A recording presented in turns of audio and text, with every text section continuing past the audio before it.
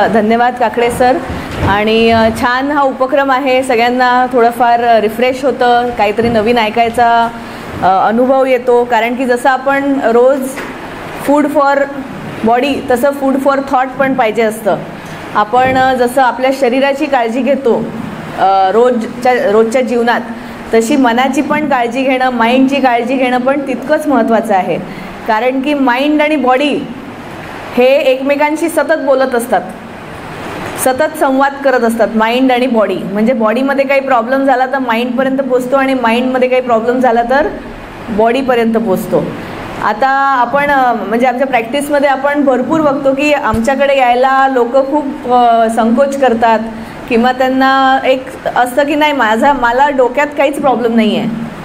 तर ही एक बाजू असते. आणि आमचे जे पेशंट असतात ते जास्त कुठे भेटतील? न्यूरोलॉजिस्टकडे, गॅस्ट्रोलॉजिस्टकडे, स्किनच्या OPDमध्ये. तर कुठे कुठे जातात? स्किनमध्ये असे काही हे येतात, समजा लिजन्स येतात बॉडीवर. तर सोरियासिस आहे, लायकन प्लॅनस आहे, हे खूप स्ट्रेसशी रिलेटेड आहेत. म्हणजे आपल्याला ते फक्त स्किनवर दिसतात. आता एक ट्रायकोटिलोमेनिया म्हणून एक प्रॉब्लेम असतो. त्याच्यात व्यक्ती काय करतो की आपले जे केस असतात ते तोडतो आणि त्याला एक टक्कल पडते. आता हे पेशंट घरी सांगत नाही कोणाला. घरच्यांना दिसतं की टक्कल पडली आहे, पण त्यांना काय वाटतं की ही टक्कल पडली आहे म्हणून याला आपण स्किनच्या डॉक्टरकडे नेऊ. मग ते तिकडे जातात आणि स्किनचे डॉक्टरांना पण कधी हे नॉलेज असतं नसतं, तर ते त्यांच्या हिशोबाने ग्रोथ व्हायला, केसांची ग्रोथ व्हायला ट्रीटमेंट देतात. पण जो मूळ प्रॉब्लेम आहे, स्ट्रेस आला की तो व्यक्ती हा प्रॉब्लेम जो आहे हा 10वीत सगळ्यात जास्त बघितलेला आहे मी आत्तापर्यंतच्या माझ्या प्रॅक्टिसमध्ये, की ते आमच्यापर्यंत उशिरा येतात. पण सुरू कधी झालं हे, तर ते म्हणतात की मी 10वीत जेव्हा होतो तेव्हा अभ्यासाचं खूप ताण होता, तेव्हा मी हे सुरू केलं तोडणं. तर हे असे स्किनच्या OPDमध्ये किंवा गॅस्ट्रोलॉजिस्टच्या OPDमध्ये म्हणजे मला साफ नाही होत पोट, म्हणजे त्यांचं लक्ष पूर्ण पोटाकडे असतं की मला एकदाच झाली पाहिजे, दोनदाच झाली पाहिजे, अशीच झाली पाहिजे. म्हणजे ते खूप लक्ष असतं पोटाकडे की कधी डायरिया, कधी कॉन्स्टिपेशन, IBS ज्याला आपण म्हणतो, इरिटेबल बाउल सिंड्रोम.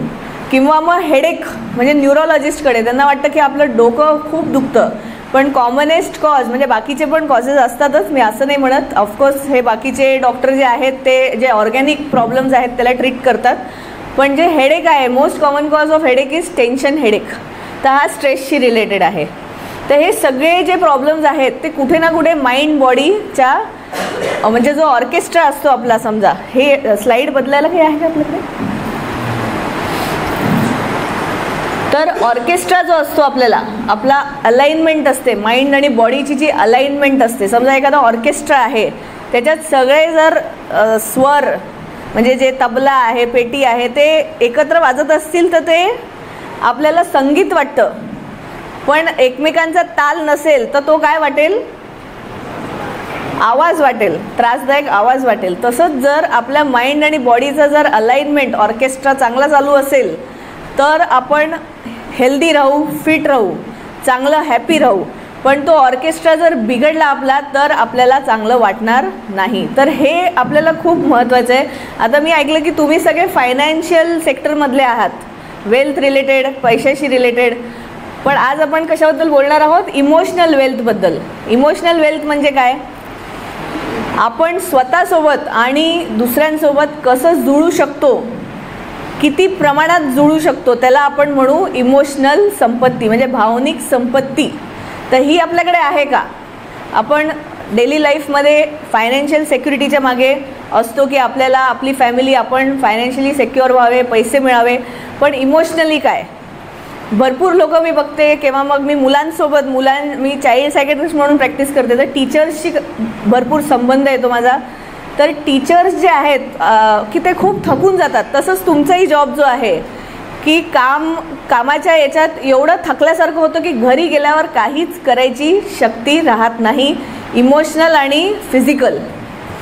म्हणजे कोणी बोलायला राहू दे, आज मी खूप थकलेलो आहे, आज तुम्हाला काही बोलू नको, आज तुम्हाला काही सांगू नको, आपण ते नंतर बघू, आपण जरा नंतर बघू. आणि तो नंतर कधी येत नाही, कारण की आपण एवढे आपल्याकडे राहतच नाही, ती इमोशनल जी वेल्थ आहे ती राहतच नाही जुळायची, दुसऱ्यांसोबत जुळायची कॅपॅसिटी संपून जाते. घरी गेल्यावर कामातनं घरी गेल्यावर आपल्याला असं वाटतं की शांत बसावं, एकटं राहावं, कोणी मला डिस्टर्ब नाही करावं, मला जरा वेळ द्यावा. तर ही जी आहे गरज, त्याला आपण इमोशनल वेल्थ म्हणतो. तर ती आपल्याला बघायची आहे की आपल्याकडे आहे की नाही, आणि त्याच्यासाठी आपल्याला स्वतःला वेळ द्यायचा आहे. आता भरपूर गोष्टी आहेत जी आपला टाईम वेस्ट करतात किंवा मग या गोष्टींमध्ये अडथळा घालतात, तर त्याच्याकडे आपण लक्ष द्यायचं आहे. दुसरा भाग आहे इमोशनल इक्विटी. म्हणजे काय? म्हणजे माणूस हा कसा आहे बेसिकली, की आपल्याला एक जण म्हणजे समजा एखादा ग्रुप आहे, त्याच्यातले 2 लोक मला आवडतील, 2 लोक नाही आवडणार. पण मग ते कसं आपण एक्सप्रेस करायचं की ही व्यक्ती बघितली की मला एवढी चिडचिड होते की ही काच आहे, मला यांच्याशी काच बोलावं लागतं दररोज. हे जे आहे हे याच्या भावना. आता समजा कोणाला 2 मुलं आहेत, त्याच्यातलं एक आपल्याला आवडतो, एक आपल्याला त्रासदायक वाटतो. आपण असं म्हणतो की नाही नाही मला दोन्ही मुलं तेवढेच आवडतात, पण असं थोडंफार 19-20 कधी असतं आपल्या स्वभाव म्हणजे आपल्या डोक्यात. पण आपण काय शिकायचं आहे की by nature we differentiate, but by attitude we should not discriminate. म्हणजे काय? माणसाचा स्वभाव कसा आहे? डिफरन्शिएट करण्याचा आहे. की BJP काँग्रेस, हा BJPवाला, हा काँग्रेसवाला, तर हा मला जास्त जवळचा वाटतो. डिफरन्शिएट करा तुम्ही, पण डिस्क्रिमिनेट नका करू. डिस्क्रिमिनेट म्हणजे काय? की भेदभाव करणे. तर हे जेव्हा आपण करतो तर ॲक्सेप्ट आपण करू शकलो, लोकांना जसं आहे तसं आपण ॲक्सेप्ट करू शकलो, तर ते खूप महत्त्वाचं आहे. कारण की रोज आपण तुमच्या जीवनात तुम्ही बघा, तुम्ही घरच्यांसोबत जास्त वेळ घालवता की तुमच्या कलिग्ससोबत? ऑफिसच्या लोकांसोबतच घालवतो. जास्त वेळ कुठे जातो आपला? ऑफिसच्या लोकांसोबत जातो. मग त्यांच्यासोबत जुळवून घेणं, त्यांना जसं आहे तसं ॲक्सेप्ट करणं आणि त्याचा रिस्पेक्ट करणं ही खूप महत्त्वाची गोष्ट आहे. बरोबर की नाही? आणि रिस्पेक्टची साईन काय आहे? स्माईल. जर कोणी आला चालत आणि त्याच्याकडे अगदी खुन्नस दिली की आला बॉ, तर तो म्हणजे रिस्पेक्ट नाही. जर आपल्याला रिस्पेक्ट दाखवायचा असेल लोकांना तर फर्स्ट आहे स्माईल. तर जेव्हा आपण स्माईल करतो तेव्हा आपण दुसऱ्याला ॲक्सेप्ट करतो की बा आपण मोदीवाले आहोत आणि दुसरा आहे अजून कोणी, पण तरी तो आला की आपण स्माईल करतोय, आपण चर्चा करतोय. आपण आपले मतभेद असतील पण मनभेद नाही आहे, हे की नाही? मतभेद आहेत पण मनभेद नाही पाहिजे. तर असं जर आपण एक एन्व्हायरमेंट क्रिएट करू शकलो आपल्या वर्कप्लेसमध्ये, तर आपल्याला चांगला अनुभव येईल आणि आपली इमोशनल वेल्थ जी आहे ती टिकून राहील. कारण की या सगळ्या गोष्टींमध्ये आपण इरिटेट होतो, थकून जातो, त्रास करून घेतो स्वतःला, आणि मग आपल्याला ती एनर्जी राहत नाही नंतरच्या गोष्टी करायला. दुसरा भाग कुठला आहे? एक्सरसाइज. खूप महत्त्वाची गोष्ट आहे. तर जर exercise can treat mild depression. सगळ्यांकडे फोन आहे, तर एक व्हिडिओ आहे 4 मिनिटाचा, WHO नी एक बनवलेला आहे व्हिडिओ, तो बघा बरं, ओपन करा बरं. Depression as black dog. Depression is a black dog depression, असं टाका बरं सगळ्यांनी. हां, ह्याच्यावरच आत्ता फक्त आपण बघून घेऊ. तो तुम्ही घरी जाऊन बघा तो व्हिडिओ. 4 मिनिटाचा व्हिडिओ आहे, डिप्रेशनबद्दल आहे. तर त्याच्यात महत्त्वाची सगळ्यात लाईन कुठली आहे की exercise can treat mild depression. Stress आहे, एन्झायटी आहे, डिप्रेशन आहे, खूप कॉमन आहेत. 10मधनं म्हणजे 100मधनं 10 लोकांना आहे हा प्रॉब्लेम, पण तो डायग्नोज होत नाही. तर आपल्याला जर स्ट्रेस बस्टर म्हणून जर काही वापरायचं असेल तर एक्सरसाइज खूप महत्त्वाचं आहे. सकाळी किंवा संध्याकाळी जर तुमचा दिवस खराब गेला तर तुम्हाला कसं चांगलं वाटेल इन्स्टंटली? जर तुम्ही 1-1.5 किलोमीटर रनिंग करून आले, वॉकिंग करून आले, तर आपोआप तुम्हाला बरं वाटेल. तर हे सगळ्यांनी तुम्ही प्रॉमिस करता का मला की किती लोक व्यायाम करतात नियमित? किती लोक करतात? आणि मग नियमितमध्ये अजून कमी होतं, तर भरपूर कमी आहे त्याची. तर exercise can treat mild depression, हे खूप महत्त्वाचा सेंटेन्स आहे. WHO म्हणजे वर्ल्ड हेल्थ ऑर्गनायझेशननी एक 4-5 वर्षापूर्वी हा व्हिडिओ टाकला होता सगळ्यांसाठी की डिप्रेशनचे साईन्स अँड सिम्पटम्स काय, ते कसे बरे करायचे, कसे ओळखायचे, काय असतं. तर खूप छान व्हिडिओ आहे तो. तर एक्सरसाइजचं खूप महत्त्व आहे, तर त्याला बिलकुल तुम्ही लाईटली घेऊ नका. एक्सरसाइज आपल्याला खूप छान फिलिंग देऊ शकते. तर एक्सरसाइजमध्ये इन्व्हेस्ट करा टाईम आणि पैसा थोडाफार. दुसरा आहे अँगर मॅनेजमेंट. तर आता अँगर हा नॉर्मल आहे, प्रत्येकालाच अँगर येतो, राग येतो. आजकाल त्याचं प्रमाण जरा वाढलेलं आहे की छोट्या छोट्या गोष्टींवर आपण खूप एकदम इरिटेट होतो. समजा रस्त्यावरही आपण बघतो, कोणाची गाडी इतकी जरी लागली, जवळ आली की लगेच आपण इरिटेट होतो, अगदी शिवीगाळ असं सुरू होऊन जातं. आजकाल पेपरमध्ये पण एवढ्या बातम्या येतात आहेत की हत्या वगैरे, म्हणजे अगदी सहज नवरा बायकोला मारतो, बायको नवऱ्याला मारते, सगळेजण एक, म्हणजे असे खूप न्यूज आजकाल खूप वाढल्या आहेत.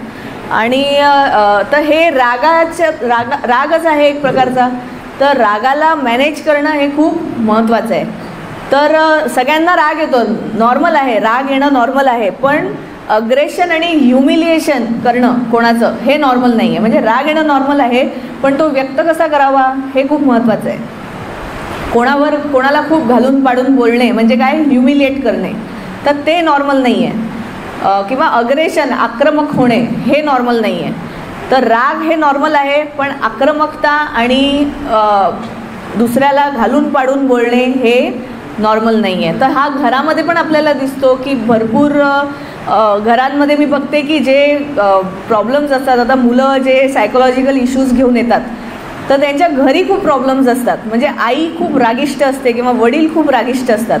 पण आता आईला आपण कधीच म्हणत नाही की आई कशी आहे. आई कशी असते, नेहमी चांगलीच असते, असा एक आपल्या डोक्यात असतो की आई कधी चुकू शकत नाही. पण असं नाही आहे. आईला पण जर इरिटेशन किंवा डिप्रेशन किंवा अशा सगळ्या मानसिक तणाव असेल, घरी परिस्थिती अशी असेल, तर आई पण एक म्हणजे काय म्हणतात की सोर्स बनू शकते प्रॉब्लेम्सचा. आणि घरातली बाई जर चिंतेत असेल तर ते पूर्ण घर डिस्टर्ब होऊन जातं. तर इकडे ज्या बायका आहेत त्यांना, म्हणजे आपण एक बायकांवर जास्त रिस्पॉन्सिबिलिटी कुठल्या प्रकारे आहे की जर बाई डिस्टर्ब्ड असेल तर ती पूर्ण घराला पूर्णपणे नष्ट होऊ शकतं ते घर. तर ही खूप महत्त्वाची गोष्ट आहे की राग आपण कसा मॅनेज करतो आहे. तर दुसरी गोष्ट काय आहे की रागाच्या मागे काय आहे की राग हे एक बिहेवियर आहे. आता कालच एक पेशंट आली होती की तिला खूप राग येतो. आत्ता 6 महिन्यापूर्वी लग्न झालं, पण तिने तिच्या सासूला शिव्या दिल्या. तर आता ते काहीच जमत नाही आहे एवढं, म्हणजे ते सगळे त्रस्त झाले. आणि ते माहेरचेही लोक म्हणतात की हिचं काही खरं नाही, म्हणजे तो मुलगा चांगला आहे असं माहेरचे लोक म्हणतात. ही आधीपासूनच अशी आहे, हिने तिच्या आईवडिलांचाही रागच केला, कधीच कोणाचं ऐकलं नाही. आणि लग्न झालं तर ते त्या मुलाची बाजू घेतात माहेरचे लोक. वडील बोलत नाही तिच्याशी, कारण की तिने त्यांच्या म्हणण्याप्रमाणे लग्न नाही केलं, स्वतःहून केलं लग्न, तर ते आता बोलत नाही. असे सगळे खूप प्रॉब्लेम्स आहेत.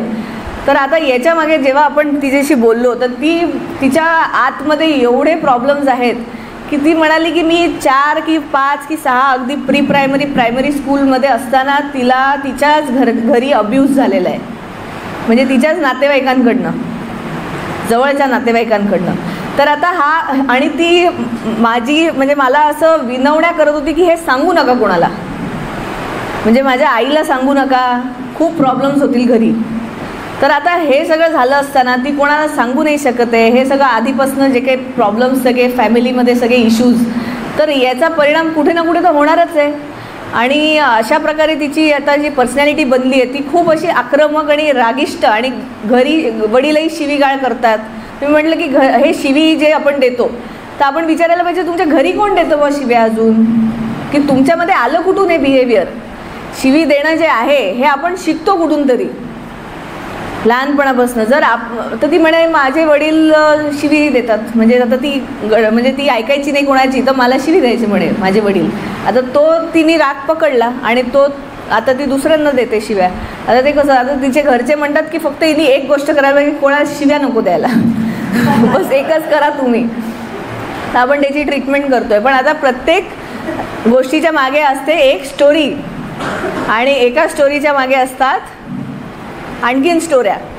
तर तर हे जे आहे तर हे आपण म्हणतो की तुम्ही ऐकून घ्या. जर घरी आता इथेही तुम्ही काम करता तर कोणाला विचारा की तू कसा आहे रे बुवा, काय होतं आहे तुला, काही प्रॉब्लेम आहे का.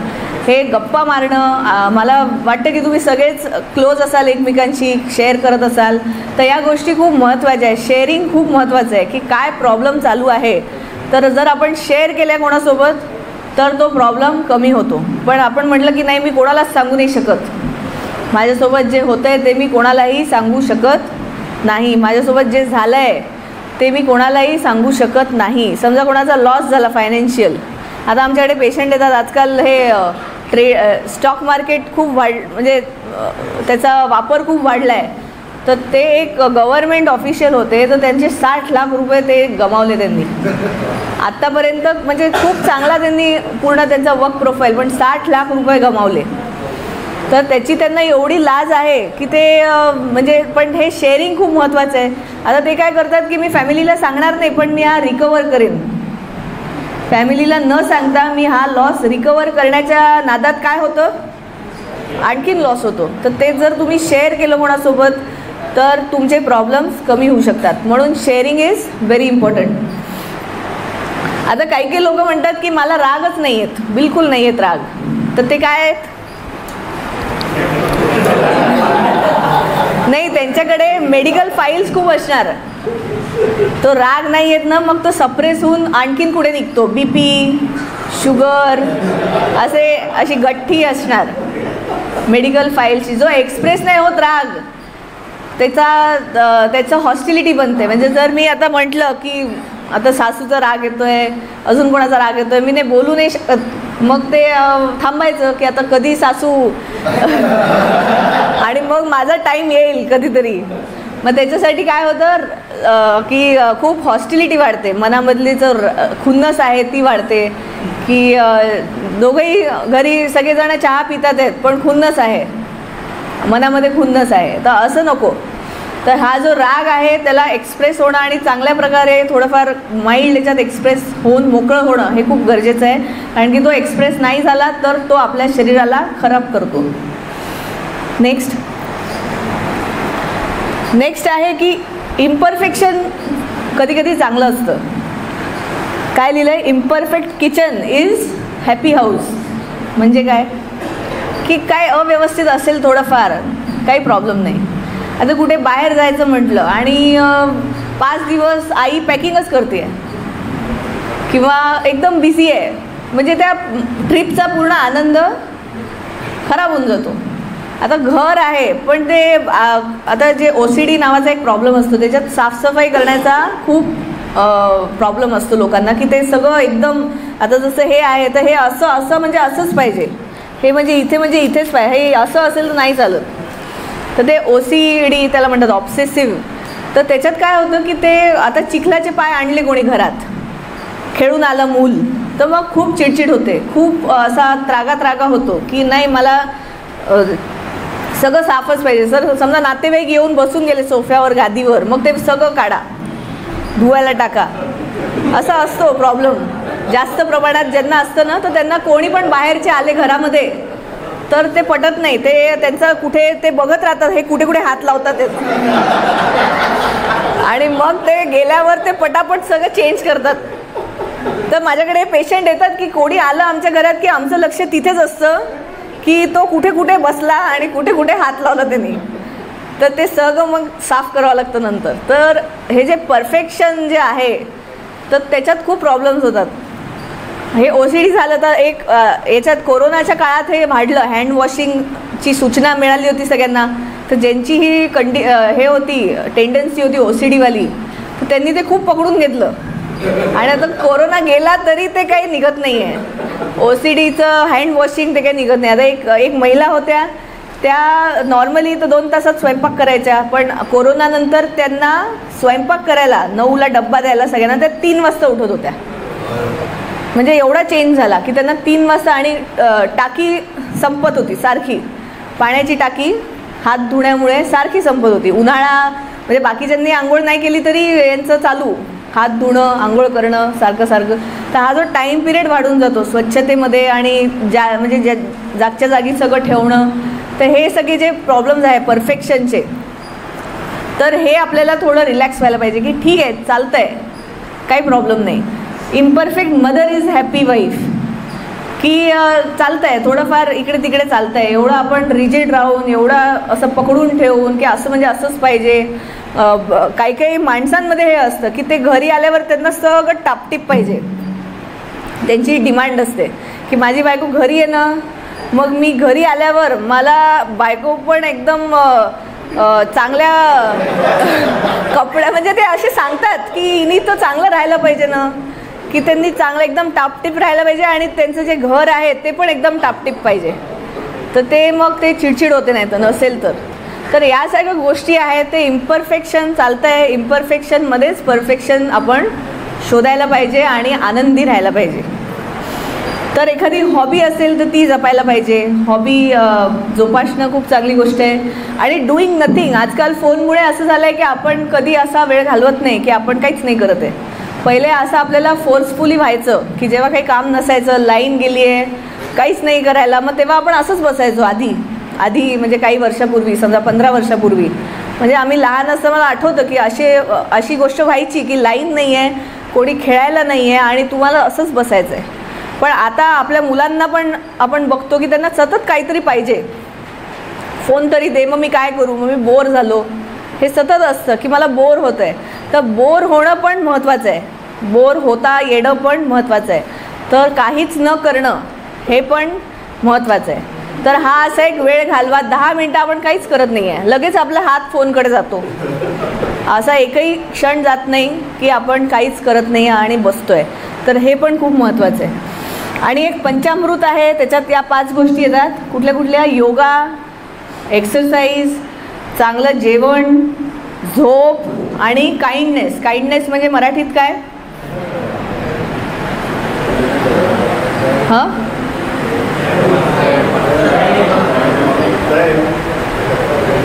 काय म्हणतात त्याला? दयाळूपणा, काइंडनेस. तर या गोष्टी महत्त्वाच्या आहेत. हे जर आपण केलं, स्लीपचा पण आजकाल लोक खूप स्लीप डिप्रायव्हेशन करून घेतात. म्हणजे फोनमुळे असं झालं आहे की आपण बघत राहतो आणि 12-1 वाजेपर्यंत झोप येत असते तरी आपण फोन सोडू नाही शकत. तर आजकाल जे कोणी पेशंट येतात आपल्याकडे, आपण त्याचं अजून एक करा तुम्ही सगळ्यांनी. डिजिटल वेलबिंगमध्ये जा बरं. आपल्या फोनच्या डिजिटल वेलबिंग सेटिंगमध्ये एक डिजिटल वेलबिंग सेक्शन असतो, त्याच्यात जा बरं. शेअर करा तुमचा किती आहे, स्क्रीन टाईम किती आहे सगळ्यांचा.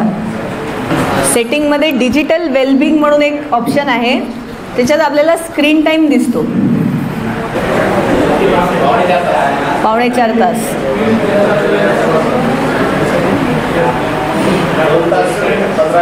चांगलं आहे, व्हेरी गुड. 2 तास 3 तासपर्यंत ठीक आहे, व्हेरी गुड, छान.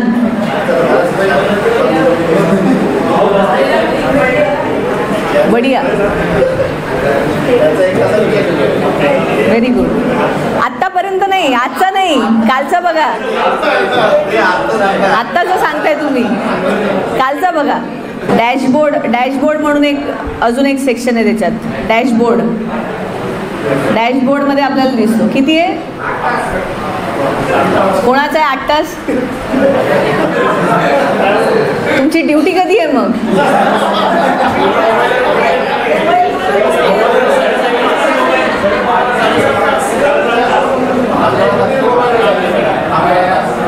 किती आहे? 11.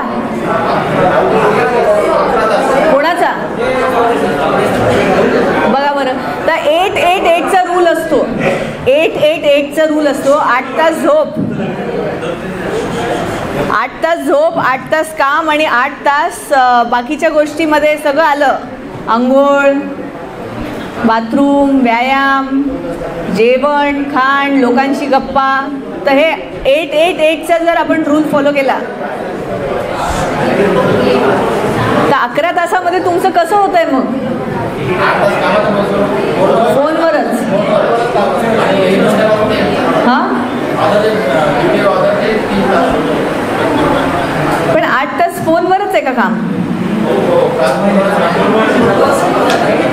तुमचं? 1 मिनिट दाखवा फोन.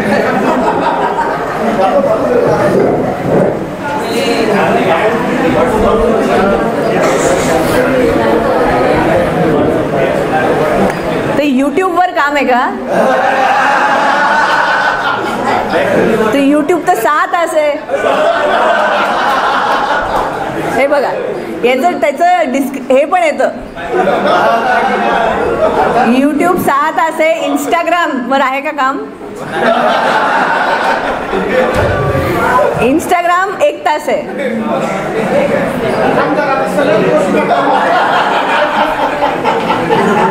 ओ डायलरवर काम असेल. ओ डायलर ते कामाच्या प्रोफाईलमध्ये आहे का? कॉल करावा लागतो तुम्हाला. व्हॉट्सॲप आहे 1 तास, व्हॉट्सॲपवरही काम असेल. पण हे बघा ना, यूट्यूब आणि इंस्टाग्राम मिळून झाले 7 तास. असं आहे ते, असा प्रॉब्लेम आहे. ते बघा, इथे आपण टायमर लावू शकतो. या डॅशबोर्डमध्ये आपल्याला दिसतं की आपण 11 तास कुठे घालवले, आणि त्याच्यावर आपण टायमर पण लावू शकतो. आता यूट्यूबला तुम्हाला जर इच्छा असेल तर टायमर लावा, 1 तासाचा टायमर लावा, हे की नाही. म्हणजे यूट्यूब तुम्ही पाहणार, ते बंद होऊन जातो ॲप. टायमर लावला आपण की तो ॲप बंद होऊन जातो. काय होतं मला सांगा बरं. इंस्टाग्राम फक्त टाइमपास आहे, आणि त्याच्याने डिप्रेशन वगैरे वाढतं. कारण की आपण दुसऱ्यांचं काहीतरी पोस्ट बघतो की कोणीतरी फिरायला गेलंय, मग आपल्याला वाटतं अरे आपला काय, आपण तिथेच फसलोय. लोक तर मज्जा करतात आहे, लोक खायला गेले, मजा करायला गेले, आणि आपण इथेच फसलोय. तर त्याच्याने आणखीन डिप्रेशन येतं बघून बघून. तर एवढा स्क्रीन टाईम जो आहे, ॲडिक्शन आहे, स्क्रीन ॲडिक्शन, बरोबर की नाही. तर हा स्क्रीन ॲडिक्शन सगळ्यात रिसेंट प्रॉब्लेम आहे आमच्या क्षेत्रात. की आजकाल लहान लहान मुलं पण शाळेत नाही जात, स्कूल रिफ्युजल ज्याला आपण म्हणतो. तर आपण जेव्हा त्याच्या डिटेलमध्ये जातो तेव्हा कळतं की घरी त्याला फोन मिळतोय, घरी त्याला टी व्ही मिळतोय, म्हणून त्याला कंटाळा येतो. मग ते ॲक्च्युअल स्कूल त्याला खूप बोरिंग वाटते. म्हणजे हे जे क्लासरूम आहे सगळं खूप बोरिंग वाटतं. स्क्रीनवर एवढं स्टिम्युलेशन आहे की ते माइंडला सतत काहीतरी रंगीत, काहीतरी इंटरेस्टिंग बघायची सवय आहे. तर हे जे सगळे बाकीचे मुलं बसले आहेत ते खूप बोरिंग वाटतं त्यांना. मग ते प्रेफर करतात की मी घरीच थांबू आणि घरीच म्हणजे माझं चालू राहील. आणि कोरोनामुळे तर ते स्कूल जेव्हापासनं त्या शाळेत फोनवर आले तेव्हापासनं हा पण प्रॉब्लेम खूप वाढला. तेव्हापासनं आमचा मुलगा बिघडला. हे खूप कॉमनली आम्ही ऐकतो की आत्ता, पहिले त्याच्या आधी खूप चांगलं होतं, पण कोरोनामध्ये जेव्हा फोन मिळाला तेव्हापासनं पूर्ण आमचं डिस्टर्ब झालं काम. तर हे सगळे खूप महत्त्वाचे मुद्दे आहेत. तर अजून एक PPT आहे माझ्याकडे, तर ती एक आपण फास्टमध्ये रिवाईज करू, त्याच्यातले काही मुद्दे असतील तर. Next.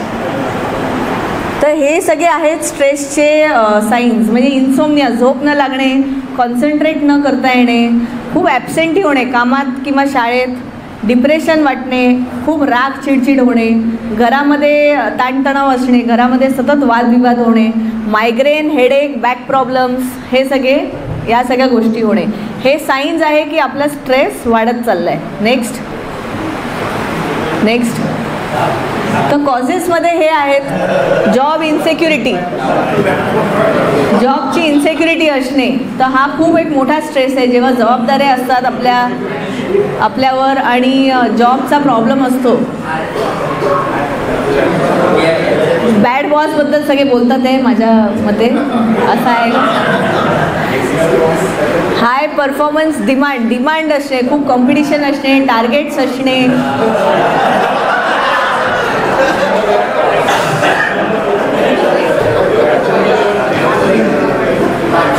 Bad boss, work place culture जे असणे, पर्सनल फॅमिली प्रॉब्लेम्स, आणि टेक्नॉलॉजी. जे आपण टेक्नॉलॉजी आत्ता बघितली, हा जो फोनचा वापर आहे, गॅजेट यूज आहे, आणि याच्या व्यतिरिक्त तुम्ही TV बघत असाल नाही, ठीक आहे, तर ते पण ॲड होतो, नाही तर त्याचा पण टाईम ॲड होतो.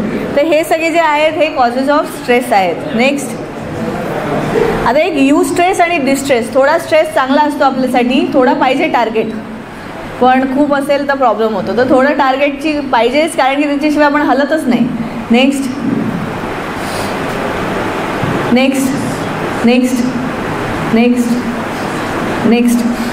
तर हे जे आहे बघा, लो, मीडियम आणि हाय.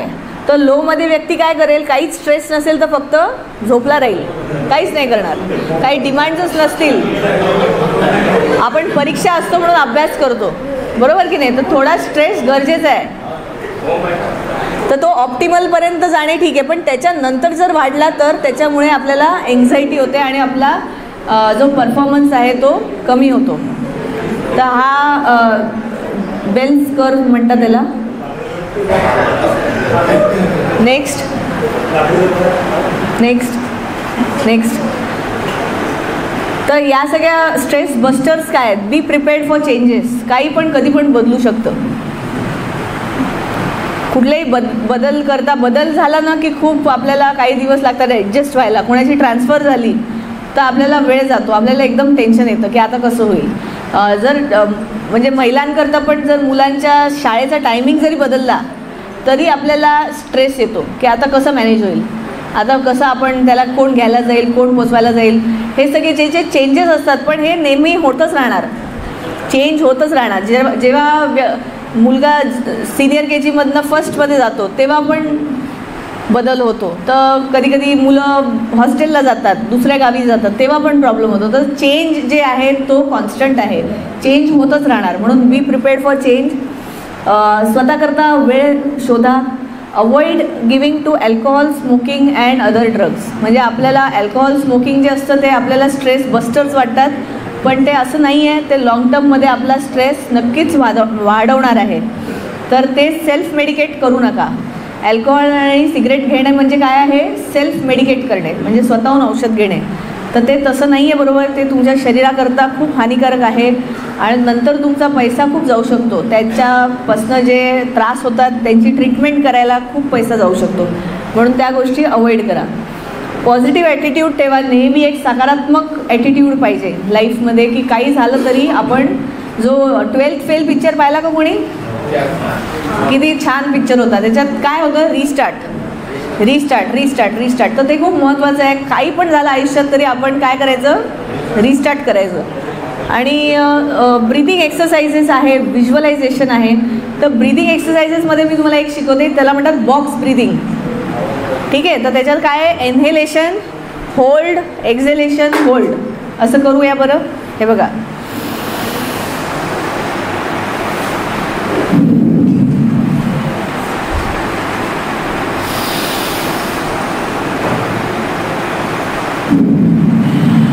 म्हणजे असा बॉक्स बनवायचा. Inhale, hold, exhale, hold. हे जर तुम्ही रोज 5-5 मिनटं जरी केलं तरी तुमची बॉडी रिलॅक्स होणार आणि तुमच्या शरीरावरची जी रिॲक्शन आहे स्ट्रेसची ती कमी होणार. नेक्स्ट. बस एवढेच आहेत पॉईंट्स याच्यात मोस्टली तरी. तर मॅनेजमेंट महत्त्वाचं आहे. स्ट्रेस हा राहणारच, जीवनाचा भाग आहे. जिथपर्यंत जीवन आहे तिथपर्यंत स्ट्रेस आहे, प्रॉब्लेम्स आहेत. तर त्याला कसं मॅनेज करायचं, काहीतरी नवीन शिकत राहायचं, स्वतःला अपडेट करायचं नॉलेजमध्ये, म्हणजे आपल्याला जास्त स्किल्स मिळतील. म्हणजे आपल्या जीवनातला स्ट्रेस कमी करायला आपल्याला स्किल्स आपण उपलब्ध करून घ्या. तर यूट्यूब आणि याच्यामुळे खूप नॉलेजची खूप सागर आहे, महासागर आहे. तर त्याचा उपयोग चांगल्या पद्धतीने आपण करू शकतो. ठीक आहे. कोणाला काही प्रश्न असतील तर आपण एक 5-10 मिनटं घेऊ शकतो प्रश्न. स्ट्रेस मॅनेज करायचा आहे त्यासाठी काय केलं पाहिजे? त्याच्याकरता पहिले अवेअर होणं की मला स्ट्रेस आलेला आहे. तर ते खूप महत्त्वाचं आहे की मला स्ट्रेस आहे हे पहिले अवेअरनेसमध्ये येणं की हो मला स्ट्रेस आलेला आहे. आणि कुठल्या कुठल्या ट्रिगर्समुळे मला स्ट्रेस येतो. जसं माझं मी पर्सनल सांगते की कुठलाही जे मी शेअर केलं ना की कुठलेही रुटीन जर माझ्या मुलांचे टायमिंग्स जर चेंज झाले तर मला स्ट्रेस येतो. असं मी बघितलेलं आहे की या गोष्टीमुळे मला स्ट्रेस येतो. किंवा मग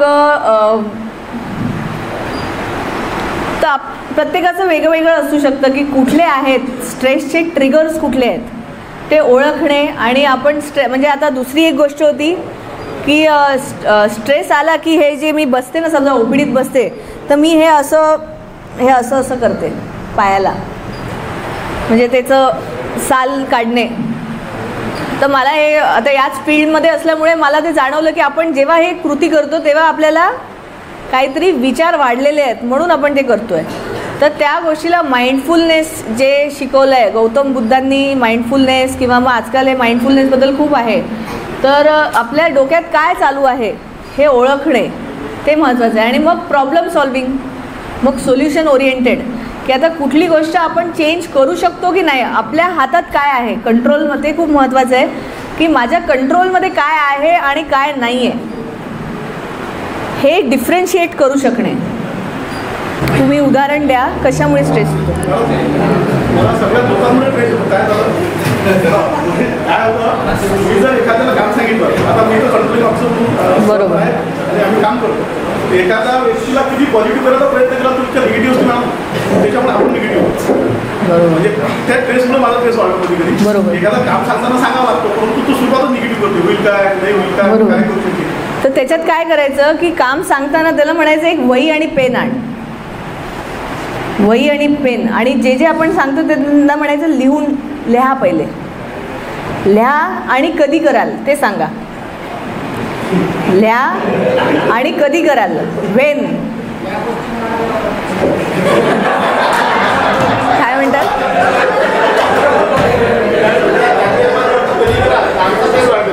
नाही ठीक आहे ना, स्ट्रेस न घेता कधी कराल.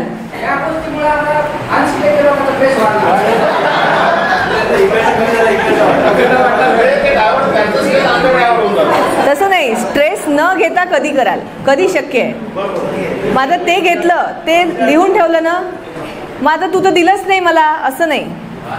ते तुमच्याकडे पण नोटेड पाहिजे की आपल्याला कधी त्याचा फॉलोअप घ्यायचा आहे. की समजा आता मी आज 16 तारीख, आज किती आहे, 16 आहे, तर मी 19ला देईन. मग 18ला तुमच्याकडनं एक रिमाइंडर केलं पाहिजे.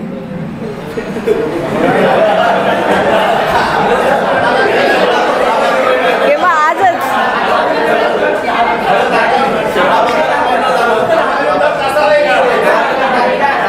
ती 4 वाजेपर्यंत देईन, तर 2 वाजता आपण आपलं एक गेलं पाहिजे की त्याचं काय झालं. 2 वाजता काय स्टेटस आहे. तर जेव्हा तुम्ही 2 वाजता कराल तेव्हा त्याची शक्यता आहे की 4 वाजता ते होईल आपल्याकडे. तर त्याचा फॉलोअप घेणे. जेव्हा तुम्ही डेलिगेट करता ना, डेलिगेट म्हणजे कोणाला काम देणे, तर जेव्हा आपण कोणाला काम देतो तेव्हा आपणही ते नोट डाऊन करून ठेवायचं की आपल्याला त्याचा फॉलोअप कधी घ्यायचा आहे. आणि तर हे आपल्याला कम्युनिकेशन, आता तुमचे लेक्चर्स होणारच आहेत कम्युनिकेशनबद्दल, त्याच्यात होईल. पण हे खूप महत्त्वाचं आहे की कोणालाही काम देताना लोक खूप वेग उत्तर देतात. बस करतोच.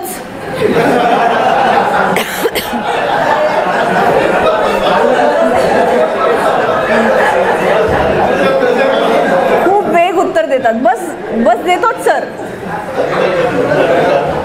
बस तेच करतोय सर,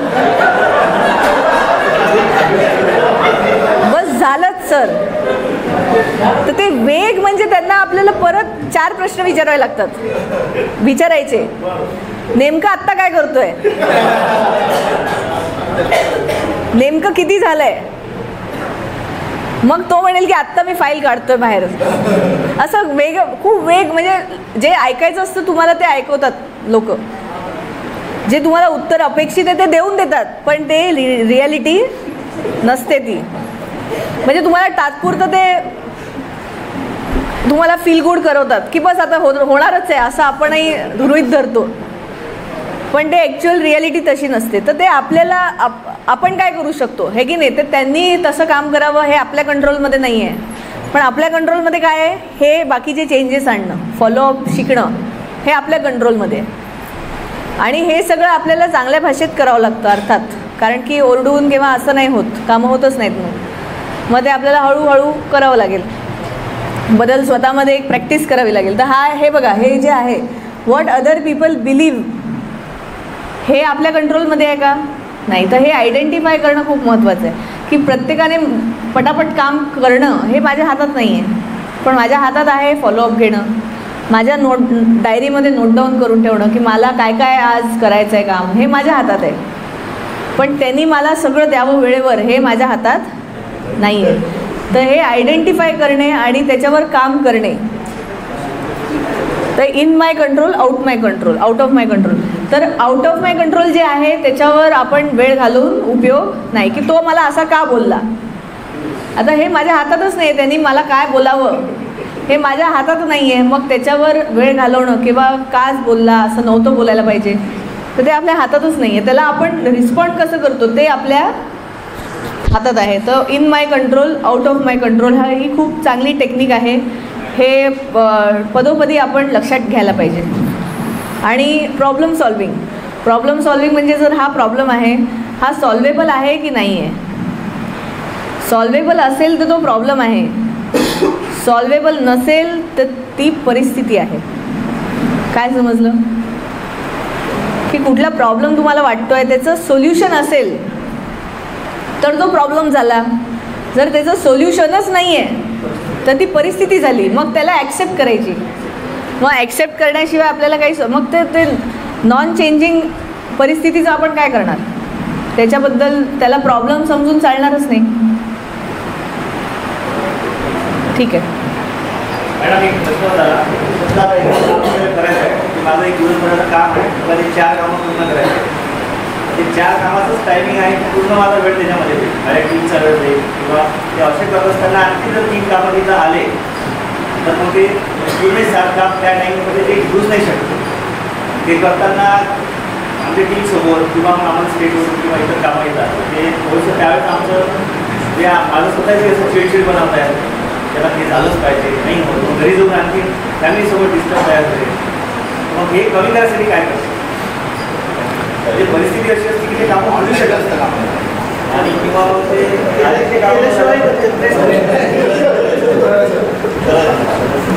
हे बरोबर आहे. प्रश्न तर चांगला आहे. पण कसं आहे की एक आपल्याला एक ॲक्च्युअल काय होतं आहे ते बघायला पाहिजे. जसं आता यांना मी विचारलं की 8 तास तुमचा 11 तास तुमचा फोन आहे तर तुमचं काय तर ते काय म्हणाले की मी 8 तास काम करतो त्याच्यावर.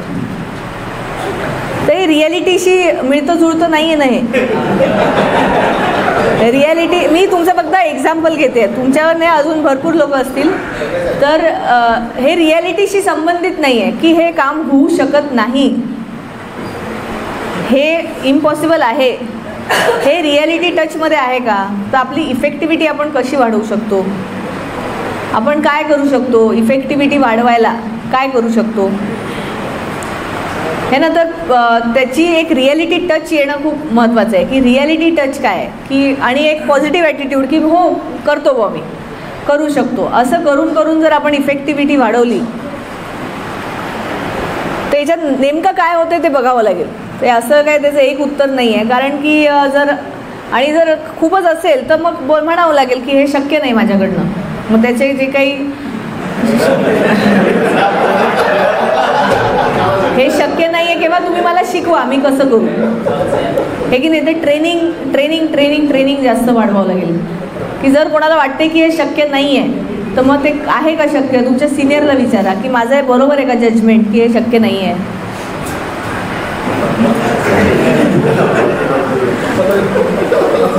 तर हे सगळं डिटेल्स असं म्हणतात गॉड इज इन डिटेल्स. म्हणजे काय? गॉड इज इन डिटेल्स म्हणजे आपण असं कुठली वाईट समजा ट्रेन सुटली तर आपण काय म्हणतो अरे माझं नशीबच खराब होतं. आणि जर ट्रेन जस्ट मिळाली तर आपण काय म्हणतो अरे देवा बरं झालं. तर गॉड इज इन डिटेल्स म्हणजे जेवढं तुम्ही डिटेलमध्ये जाल तेवढं तुम्हाला ती गोष्ट करण्याची काहीतरी ओपनिंग मिळेल, सोल्युशन मिळेल. बरोबर की नाही? तुम्ही बघाल कुठले पण प्रॉब्लेम कशामुळे सॉल्व्ह होतात? डिटेलमध्ये गेल्यामुळे.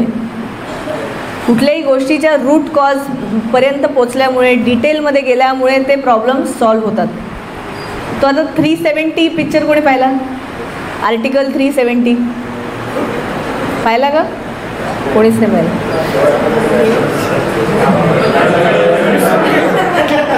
तर त्याच्यात ते दाखवलं आहे की आपला तो आर्टिकल ते काश्मीरचा जो काढला ना आर्टिकल तो कसा काढला त्यांनी त्याचं. तर ते खूप डिटेलमध्ये गेले की कुठला क्लॉज काय करायचं. तर आपण म्हणतो की अरे चांगलं झालं देवाची कृपा झाली. म्हणजे चांगलं आहे देवाची कृपा पण असते, पण अजून कुठे आपल्याला देव सापडू शकतो? डिटेल्समध्ये. तर डिटेलिंग आपल्याला करावं लागतं की नेमकं काय. जेव्हा आपण नेमकं विचारतो तर आपल्याला प्रॉब्लेम्स दिसतात की हे प्रॉब्लेम्स आहेत. ठीक आहे. त्याचा कालावधी किती असावा डिप्रेशनमध्ये जाऊ शकतो. तर 15 दिवसाच्या वर जर सतत जर कोणाला उदास वाटत असेल, जर निराश वाटत असेल, 15 दिवस सलग, एक दिवस वाटलं आहे मग 4 दिवस हॅप्पी आहे असं नाही, 15 दिवस सलग जर कोणी खूप डाऊन असेल, खूप इंटरेस्ट नसेल, खूप खराब वाटत असेल आणि त्याचे 9 सिम्पटम्स आहेत, झोपेमध्ये प्रॉब्लेम आहे, भूक नाही लागत आहे, खूपच गिल्टी वाटतं आहे, खराब वाटतं आहे, अगदी बेकार वाटतं आहे स्वतःबद्दल, मग आपण त्याला डिप्रेशन म्हणतो. एन्झायटीचं असं आहे की 6 महिने जर ती एन्झायटी असेल, 6 महिने जर एकदम खूपच तुम्ही चिंतेमध्ये असाल तर मग त्याला एन्झायटी म्हणतात.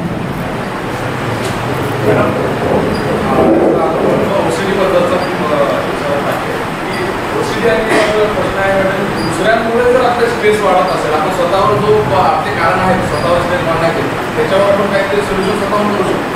दुसऱ्यांमुळे वाढणारा स्ट्रेसला काय उपाय आहे? उदाहरण हां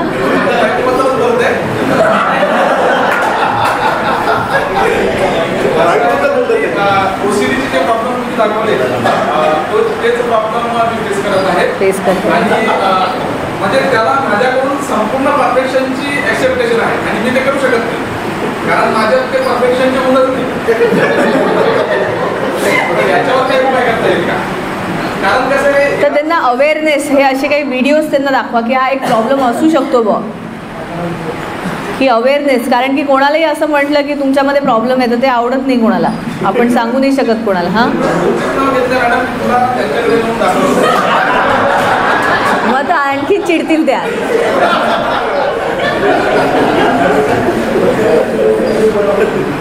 तर अशा वेळेस आपण मला स्ट्रेस येतोय म्हणून तुम्ही येऊ शकता क्लिनिकमध्ये, मला स्ट्रेस येतोय, तेव्हा मग आपल्याला एक कॉन्टॅक्ट तरी येतो त्यांच्यासोबत बोलायला. कारण की आपण असं कोणाला म्हणू नाही शकत की तुला गरज आहे, असं नाही म्हणू शकत.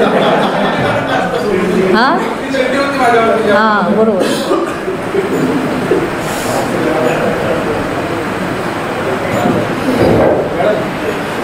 मॉर्निंग वॉक, मेडिटेशन आणि शांत राहणं याच्यामुळे स्ट्रेस कमी होऊ शकतो. बिलकुल, एक्सरसाइजमुळे, मेडिटेशनमुळे.